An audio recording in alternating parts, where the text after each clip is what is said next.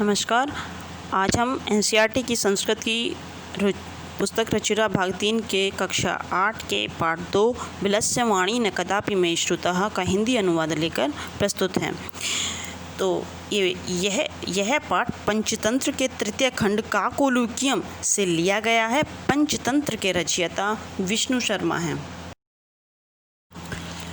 सबसे पहले पाठ का नाम बिलस्य वाणी न कदापि मे श्रुतः। बिलस्य बिल की, वाणी आवाज़, न नहीं, कदापि कभी भी, में मेरे द्वारा, श्रुता सुनी गई। यानी कि पाठ का नाम है बिल की वाणी मेरे द्वारा कभी नहीं सुनी गई। पाठ का आगे हिंदी अनुवाद देखते हैं। कस्मिंश्चित् वने खर नखरः नाम सिंह प्रतिवसति स्म। कस्मिंश्चित् किसी वन में खर नखर नाम सिंह शेर प्रतिवसति स्म रहता था। मतलब किसी वन में, किसी जंगल में खर नखर नाम का शेर रहता था। सह कदाचित् इतस्ततः परिभ्रमन् क्षुधार्थ न किंचित अपि आहारं प्राप्तवान। स वह यानी कि शेर, कदाचित कुछ भी, इतस्ततः इधर उधर, परिभ्रमण घूमते हुए, क्षुधार्थ है भूख से पीड़ित, न नहीं, किंचित अपि कुछ भी, आहारम भोजन, प्राप्तवान प्राप्त किया। मतलब किसी समय उसने यानी कि शेर ने इधर उधर घूमते हुए, भूख से पीड़ित होते हुए कुछ भी भोजन नहीं प्राप्त कर किया। तथा सूर्यास्त समय एका महतीं गुहां दृष्ट्वा सः चिन्तयत् नूनम् एतस्यां गुहायां रात्रौ कोऽपि जीवः आगच्छति, अतः अत्रैव निगूढं भूत्वा तिष्ठामि। अब इसका हिंदी अनुवाद देखते हैं। तथा तत्पश्चात, उसके बाद सूर्यास्त समय, शाम के समय, एक महतीम बड़ी गुफा दृष्टवा देखकर सह उसने चिंत्य सोचा, विचार किया, नूनम निश्चित ही, एतस्याम इस गुफा में, रात्रि में, कोई भी जीव आगच्छति आता है। शेर ने विचार किया कि निश्चित ही इस गुफा में रात को कोई जीव आता है, अतः इसलिए अत्रैव यहीं पर निगूढ़म छिपना, भूत्वा छिपकर, निगूढ़म भूत्वा छिपकर, तिष्ठामि बैठ जाता हूँ। अतः निश्चित ही इस गुफा में रात को कोई जीव आता है, अतः मैं यहीं छिपकर बैठ जाता हूँ। इसके जो है शब्दार्थ जो महत्वपूर्ण हैं यहाँ पे दे रखे हैं। कस्मिंश्चित् किसी, प्रतिवसति स्म रहता था, इतस्ततः इधर उधर, क्षुधार्थ, क्षुधा प्लस आर्त, भूख से पीड़ित, महती बड़ी गुफा दृष्टवा देखकर। आगे बढ़ते हैं। एतस्मिन् अंतरे गुहायाः स्वामी दधिपुच्छ नाम शृगालः समागच्छत्। इसी अंतरे बीच में गुहाया स्वामी, गुफा का स्वामी, दधिपुच्छ नाम का गीदड़ या सियार, समागच्छत् आ जाता है। स च यावत् पश्यति तावत् सिंहपद पद्धति गुहायां प्रविष्टा दृश्यते, न च बहिरागता। स च वह यानी कि सियार, स वह यावत जहाँ तक, पश्यति देखता है, तावत वहाँ तक, सिंह पद पद्धति शेर के पैरों के निशान, गुफा में प्रवेश करते हुए, दृश्यते दिखाई पड़ते हैं, न च और नहीं, बहिरागता बाहर आते हुए। मतलब सियार देखता है कि जहाँ तक उसने देखा वहाँ पर पैरों के निशान, शेर के पैरों के निशान गुफा में प्रवेश करते हुए तो दिखाई दे रहे हैं, परंतु बाहर आते हुए नहीं। शृगालः चिंत्यत, सियार ने सोचा, अहो विनष्टो अस्मि, मैं नष्ट हो गया या मेरे पे संकट आ गया। नूनम निश्चित ही अस्मिन् बिले सिंह अस्ति इति तर्कयामि, निश्चित ही अस्मिन् इस बिल में, यानी बिल माने गुफा, सिंह शेर, अस्ति है, इति यह, मैं तर्कयामि सोचता हूँ या विचार करता हूँ, निश्चित ही इस बिल में या गुफा में शेर है ऐसा मैं सोचता हूँ। तथा किम करवाणी, तो मुझे किम करवाणी क्या करना चाहिए। एवं विचिन्त्य, ऐसा सोचकर, दूरस्थ दूर जाकर, रवम शब्द कर्तुम आरब्ध, आवाज़ करनी प्रारंभ की। भो बिल किम न स्मरसि, हे बिल, हे गुफा, किम न स्मरसि, क्या नहीं स्मरसि याद है, यत मया मेरे द्वारा, त्वया यत मया त्वया सह समय कृतो अस्ति, तुम्हारे द्वारा मुझको समय प्रतिज्ञा वादा कृतो अस्ति किया गया है।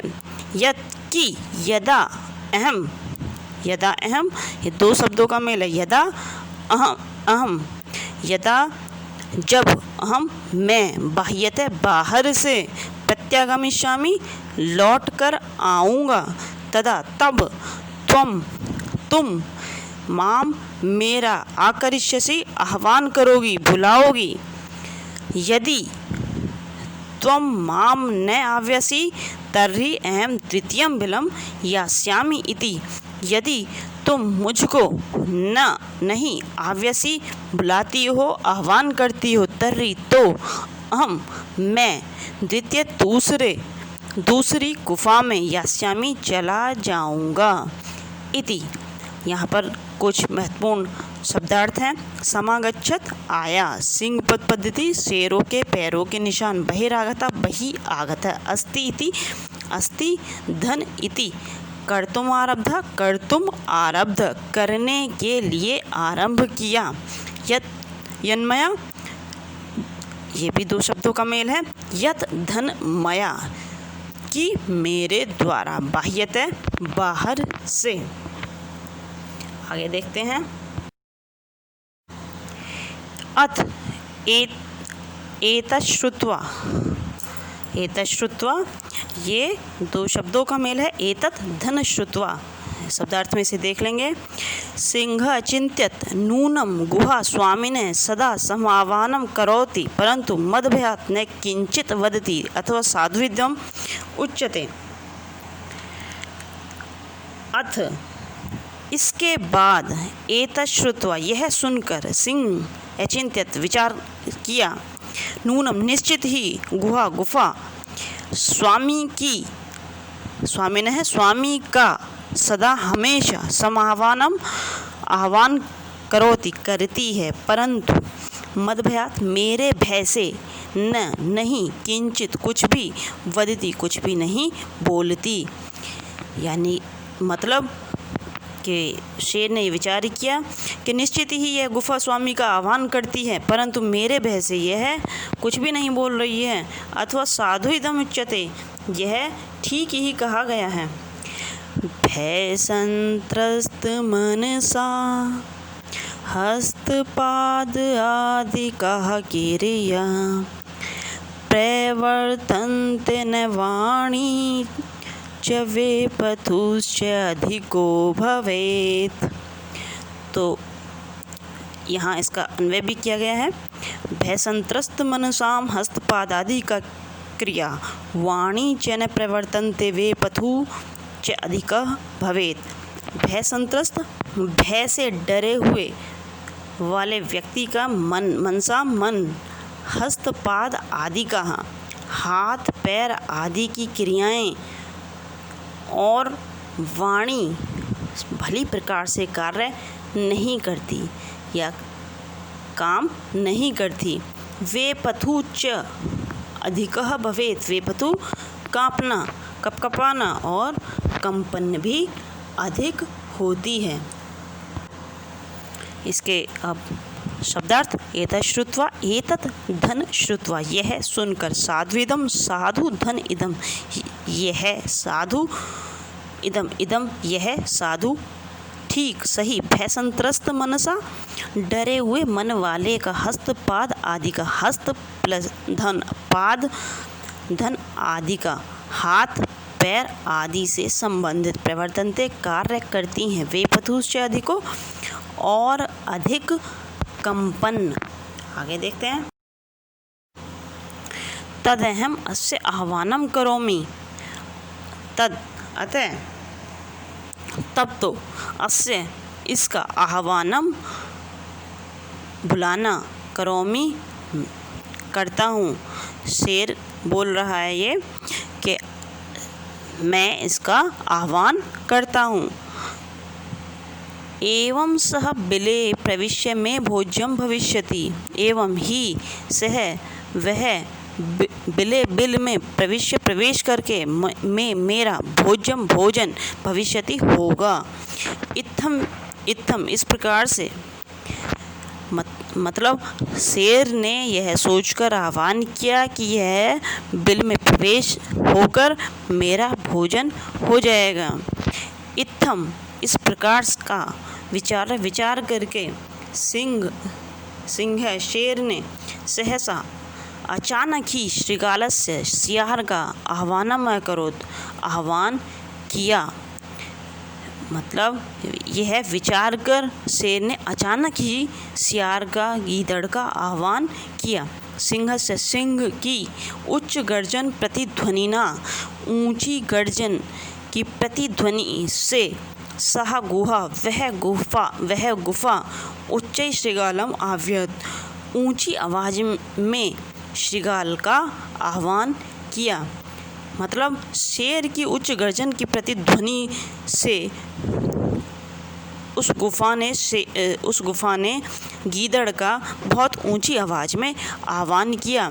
अनेन अन्ये अपि पशवः भयभीता अभवन, अनेन इसके द्वारा, उच्च गर्जन के द्वारा, प्रतिध्वनि से, अन्य दूसरे भी, अपि भी, पशवः जानवर, भयभीता डर गए, अभवन हो गए, अन्य पशु भी बहुत भयभीत हो गए।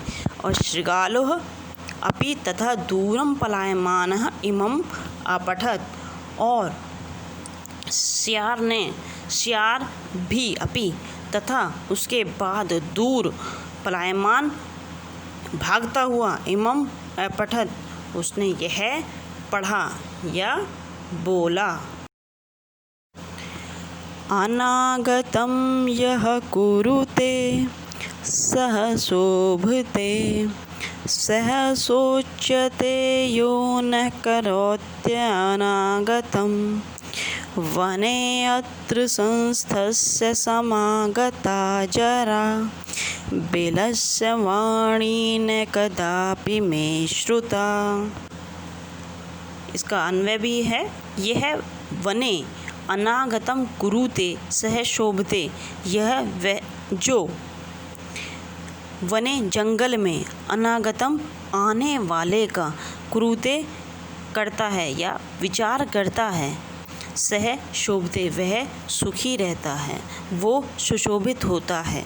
यो जो न करोति अनागतम, जो नहीं करता, करोत्यानागतम करता है, अनागतम आने वाले का, वह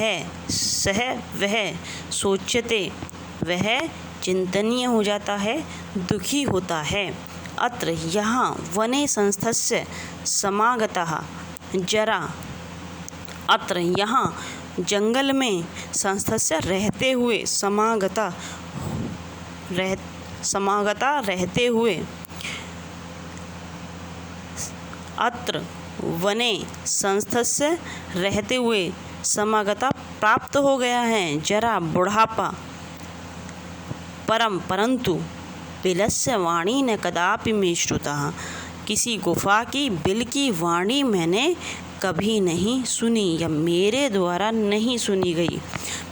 इस पाठ की अंतिम पंक्ति अंतिम लाइन के द्वारा ही इस पाठ का नाम रखा गया है।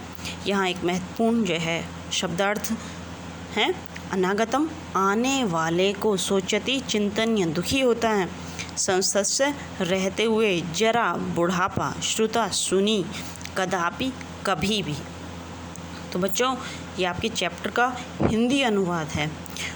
अगर आपको इसी तरह से पाठों संस्कृत के विषय में आगे भी जानकारी प्राप्त करनी है तो आप इस चैनल को सब्सक्राइब कर सकते हैं।